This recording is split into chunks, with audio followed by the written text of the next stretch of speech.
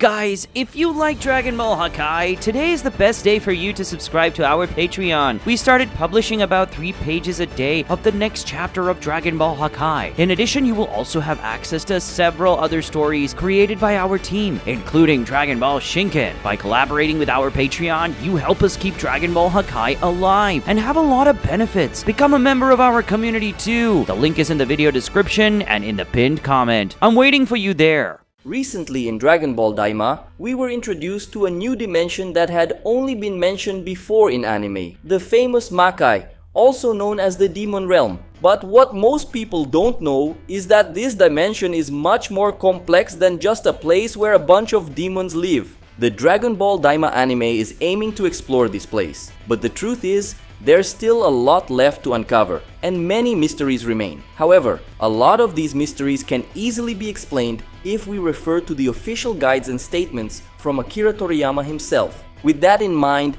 I decided to make this video to explain how the entire Dragon Ball multiverse works. I'll tell you how the gods of creation and destruction are born, as well as the Majins, Makaishins, Makaios, and even where and how angels come to be. So, if you want to understand how everything works in Dragon Ball, make sure to watch until the end. And don't forget to subscribe to the channel so you won't miss this kind of Dragon Ball content. I plan to bring lots of analyses, fun facts, and theories about Dragon Ball DAIMA and Dragon Ball Super.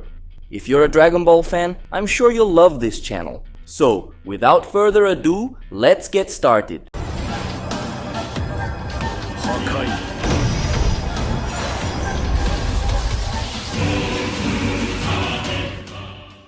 The Dragon Ball multiverse initially had 18 universes, but 6 of them were erased. In other words, there are currently only 12 universes, each with its own gods and mortals. But before we move forward, I want to make one thing clear right at the start. In Dragon Ball, each universe is divided into several different dimensions. The part we're familiar with, where there are planets and various races, is called the living world, or simply the universe. However, beyond it, there are other dimensions, such as the realm of the Kaioshins, the other world, which represents the afterlife, and smaller dimensions like the demon realm that we're seeing in Dragon Ball DAIMA. In other words, each Dragon Ball universe is much larger than just the space filled with planets and galaxies. The collective whole of all these dimensions is called the macroverse. So technically, we should say there are 12 macroverses in Dragon Ball, not just 12 universes, because the universe only refers to the living world. Now that you understand what a macroverse is, let's move on. In each macroverse, there are various gods, and I'll now explain who they are and how each one functions. First, starting with the lowest rank in the divine hierarchy, we have what I'll call here the minor god. The title of minor god is typically given to the most powerful being on their planet, and their primary role is to oversee and protect it. The first minor god we saw in Dragon Ball was the former Kami-sama of Earth. As a minor god, he was responsible for supervising and protecting the life forms on the planet, aiding in the evolution of species, and ensuring the planet followed the best path possible. This title was once offered to Goku in the original Dragon Ball series when he defeated Piccolo and became the strongest man on Earth. However, Goku declined the role because it wasn't the kind of job that suited him. So, if a human becomes strong and worthy enough to protect the planet, they can become the next minor god if they accept the role. These minor gods are in constant communication with the other world, the realm of the dead, and each receives an assistant from the other world to help with their duties. A prime example of this is Mr. Popo, who has been assisting since the time of the first Kami-sama of Earth. In short, for every habitable planet, there is the potential for a minor god to exist. Now, let's move on to the next divine rank, which is a level above the minor gods. In the other world, we find the King Kais. Basically, the title King Kai means King of the World, and this position is superior to that of the minor gods scattered throughout the universe. There are a total of 4 King Kais, and instead of overseeing just one planet, each is responsible for 25% of the universe. Imagine the universe as a pizza. You cut this pizza into 4 equal slices, and each King Kai is in charge of one of those slices: North, South, East, and West. The North Kai is the one who trained Goku after he died for the first time. Above these 4 King Kais, we have the Grand Kai, who is the most important god in the other world. He is the leader of the 4 King Kais and has authority over the entire universe. Basically, he's the owner of the pizza. But how does someone become a King Kai? Well, about that, we have a bit of a problem. Before Dragon Ball Daima, we had some official information about the origin of these gods. Information even provided by Akira Toriyama himself. However, recently it seems Dragon Ball Daima has contradicted some of this information while confirming other parts. So, I'm going to share what we know now, but some of this could be contradicted later by Dragon Ball Daima. If that happens, don't come from the future to call me dumb, okay? It's not my fault. Alright, let's go. According to Akira Toriyama in the past, there is a planet called Planet Kaishin, which is a larger version of the King Kai's planet. On this planet, there is a divine tree called the Kaiju tree, and its fruits, when ripened, give birth to a race called Shinjin. There are 2 types of Shinjin, normal and special. Normal fruits from the tree give rise to normal Shinjin, while golden fruits give rise to special Shinjin.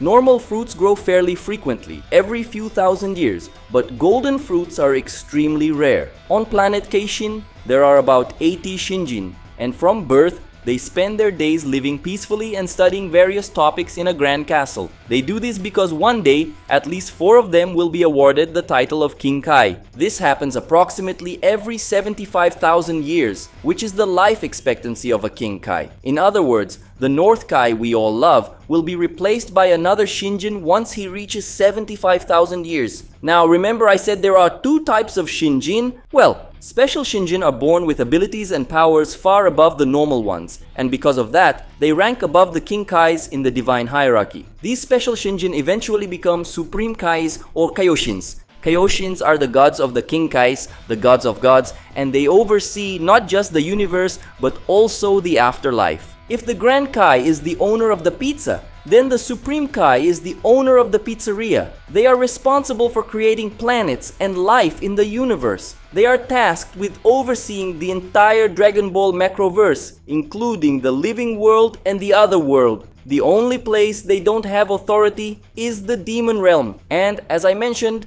they also originate from the Kaiju tree on planet Kaishin, but unlike the King Kais, the Kaioshins are born from the golden fruits. The location of this planet has always been a great mystery, but Dragon Ball Daima finally revealed where it is. In fact, planet Kaishin is located within the Makai world. This was confirmed in episode 2 of Dragon Ball Daima, when Shin revealed that millions of years ago, he used a spaceship to leave the Makai world and travel to the outer world, specifically to a dimension outside the macroverse called the Kai realm. Basically, the Kai realm orbits the macroverse in the same way the moon orbits Earth. This dimension is massive, representing 10% of the entire macroverse, meaning it's almost the same size as the human universe. At the center of this dimension lies the sacred world of the Kai, and this is where the Kaioshins observe the living world and the other world. We know that the Makai is a dimension divided into 3 worlds, the red, yellow, and green worlds. The red world is the first demon world. We saw a bit of it at the beginning of the anime, and it's where King Goma's castle is located. This world seems to host the true elite of the demon realm, the cream of the crop. The yellow world is the 3rd demon world, the first one explored by Goku and his friends. It's where the riffraff of the demon realm is located, so to speak. And the green is the 2nd demon world, the origin of the race of the Supreme Kais. Promotional images have already shown what this world looks like. You can see a planet resembling those of the King Kais with some kind of castle on top of it. It's very likely that this is planet Kaishin, and that this structure might be the castle where potential future gods studied. Now imagine if a fruit from the Kaiju tree were to rot. If it's a regular fruit that rots, a Makaio is born. And if it's a special fruit that rots, a Makaishin is born. Basically, a Makaio is a normal Shinjin who became evil, and a Makaishin is a special Shinjin who became corrupted. This might be what happened to Degesu and Dr. Arensu. Both were special Shinjins who ended up turning rotten and malicious. These are basically the official pieces of information we had about all of this before Dragon Ball Daima. But, as I mentioned earlier, Dragon Ball Daima introduced some contradictions to the old information, and I need to clarify all of this for you. To start, I just mentioned that the race of the Supreme Kais was called Shinjin, but it seems this information has been discarded since in Dragon Ball Daima, the Kaioshins race is called Glind. So maybe Shinjins don't canonically exist in Dragon Ball, or perhaps the Shinjin race is exclusive to the King Kais and not the Supreme Kais. I'm raising this possibility because most of the King Kais we know are very different from the Supreme Kais, so maybe they belong to another race called Shinjin, which also exists on planet Kaishin. There's nothing stopping two different races from existing on the same planet. Although Zamasu, who was said to be a King Kai, looked very similar to a Supreme Kai, complicating things a bit more. But what do you think about this? Do you think the Shinjin race doesn't actually exist and was replaced by the Glind race? Or do Shinjins still exist? If you believe the Shinjins exist, share your theories about what exactly this race is. I also just mentioned that the old information stated that the Supreme Kais and King Kais came from the Kaiju tree, but it seems this information could also be discarded since Dragon Ball Daima stated that the trees that give life to the Gleans are called Glean trees. There are 5 of them, each producing a new Glean over the course of a few centuries. There's still a possibility that the Kaiju tree exists, but I think the only explanation for that is that it gives life to the King Kais and not the Kaioshins. I find it unlikely though, and the Kaiju tree probably doesn't exist either, just like the Shinjins. But who knows? I also just said that old information indicated about 80 Shinjins lived on planet Kaishin, preparing themselves to potentially become gods. But I think this too can be discarded, as Dragon Ball Daima says the Glinds no longer live on planet Kaishin, at least for now, suggesting the planet is uninhabited. The old information also mentioned that different fruits grew on the Kaiju tree, special and golden fruits, and that these fruits could rot, becoming Makaios or Makaishins. But from what we've seen in Dragon Ball Daima, the Gleans aren't born from fruit, but are instead born as babies. So it seems this information about regular and golden fruit can also be discarded. However, there's still the possibility that some Glinds are born with greater abilities and powers than others, maintaining the idea that some are special. But none of this has been officially stated yet, and even though there aren't any rotten fruits, nothing prevents some Glinds from being born with a malicious essence. That could be the case for Degesu and Arinsu, but so far none of this has been confirmed in Dragon Ball Daima. So basically, the confirmed information we have is as follows. The Supreme Kais are of the Glind race. They do indeed come from planet Kaishin but no longer live there. They are born from trees, but these are Glind trees, and they are not born as fruits. There is no confirmation yet that they are born with a pre-established character. Another important thing to mention is that the old information seemed to make it clear how the Supreme Kais and King Kais were chosen. But now, with these changes brought by Dragon Ball Daima, it's not as clear. Previously, everything indicated that this race had a very well structured and organized system, but now, it seems like they're just nomads who somehow became gods across all universes. In short, when it comes to these gods, Dragon Ball Daima has significantly shaken what we thought we knew. But the good side of this is that we'll most likely understand all of this much better by the end of the anime, as every episode releases new information about the Gleans. So it's almost certain that by the end of this anime, we'll have detailed information about them. Well, now that I've cleared all that up, let's talk about the next class of gods, which I think is everyone's favorite. Understanding how someone becomes a god of destruction is a bit more complex. To earn this title, you must first meet a very specific requirement: be the most powerful mortal in your universe. In other words, if you're the strongest warrior across hundreds of planets and races, you'll be considered a candidate to become a god of destruction. This happened to Goku when he reached Super Saiyan God during the Battle of Gods arc. The position was offered to him, but Goku obviously refused because destroying planets isn't his thing. So, when you become the most powerful mortal in the universe, you'll receive an invitation from an angel to become a god of destruction, and the decision to accept or not is entirely yours. This also happened in Universe 11. The most powerful mortal there is the Warrior of Justice, Jiren, who is so strong that he surpasses the god of destruction of his universe. But Jiren refused the position of god of destruction. Since Belmod, The current God of Destruction of Universe 11 is looking to retire. They needed to find another successor. And since Jiren declined the role,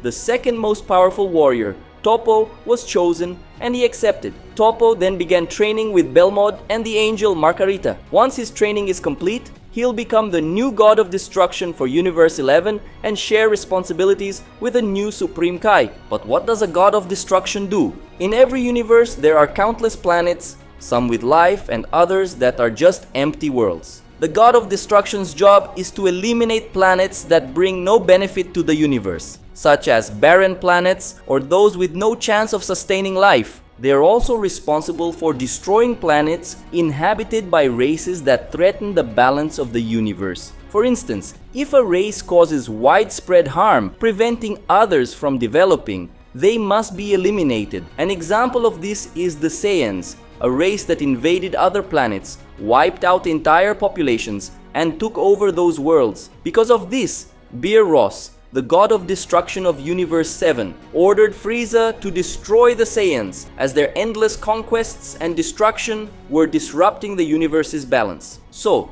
the responsibilities of a God of Destruction are to destroy empty or lifeless planets and eliminate races that threaten the universe's equilibrium. The Supreme Kais and the Gods of Destruction share equal authority within the Macroverse, and their lives are interconnected. If one dies, so does the other. In other words, they must work together to survive and keep their universe functioning. If they fail to do their jobs well, their universe receives a low rating. Just as the Supreme Kais have assistants to help them, the Gods of Destruction also have their own assistants, the Shinkans. The main role of a Shinkan is to guide the God of Destruction, train them, and keep their destructive power under control. Shinkans are much stronger than almost anyone else, but they must remain neutral and cannot intervene directly in anything. The Shinkans belong to the angel race, which originates somewhere outside the multiverse, likely in a higher dimension. On their home planet,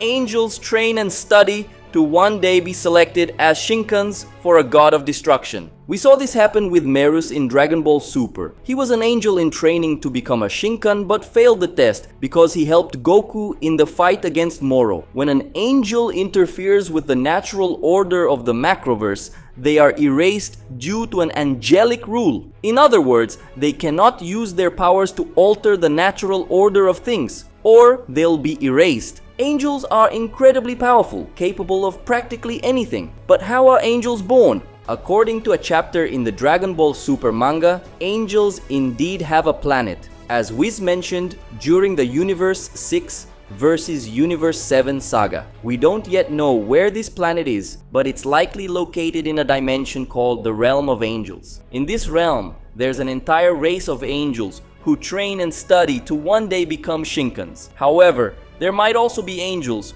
who are just regular inhabitants, uninterested in pursuing any major profession. Now, some additional details. Angels likely come into existence the same way humans and other races do. Yep, exactly what you're thinking. Also, there are both male and female angels. At one point, there was even an idea that Margarita from Universe 11 would be a romantic partner for Belmod. However, this was scrapped since it would go against the neutrality angels are supposed to maintain. Still, if they were going to be a couple, we can assume angels reproduce, right? All angels are born as babies. We've even seen a leaked image of a baby angel before. So yes folks, the realm of angels is real, and WHIS himself has confirmed it. The father of all angels is the Grand Priest, who serves as the assistant to the almighty Zeno-sama, the being who oversees all 12 universes. An interesting detail is the apparent tension between demons and angels. For example, an angel can't revive someone who's been killed by a demon. This rule suggests there's a story behind it. Could there have been a war between the angelic and demonic races? Could this be explored in a future episode of Dragon Ball DAIMA or later in Dragon Ball Super? It would be fascinating to see something like that, for instance, WHIS storming into the demon realm. Imagine how wild that would be. If you'd love to see something like this happen, drop a comment saying WHIS versus Supreme Demon, so I know you're into the idea. And that's it everyone, a full breakdown of the gods in Dragon Ball. I hope after this video you have a better understanding of what's to come in the next episodes of Dragon Ball Daima. Remember, this anime isn't just confirming official information we've seen before, it's also changing things and providing definitive lore as it unfolds. So Dragon Ball Daima isn't just following the Dragon Ball Macroverse's lore, it's creating it. By the end of this anime, we should have much more concrete information, and I might even make another video to update you all with the finalized details. If you haven't already, hit the like button, subscribe to the channel, share the video, and don't forget to support us on Patreon to help us out more directly, especially with Dragon Ball Hakai, the story where Goku becomes a god of destruction and goes on incredible adventures as a deity. You'll find the link for more info in the video description and the pinned comment. Thanks so much to everyone who stuck with me until the end. You're the real gods of this channel. Big hugs to all of you, and see you in the next video.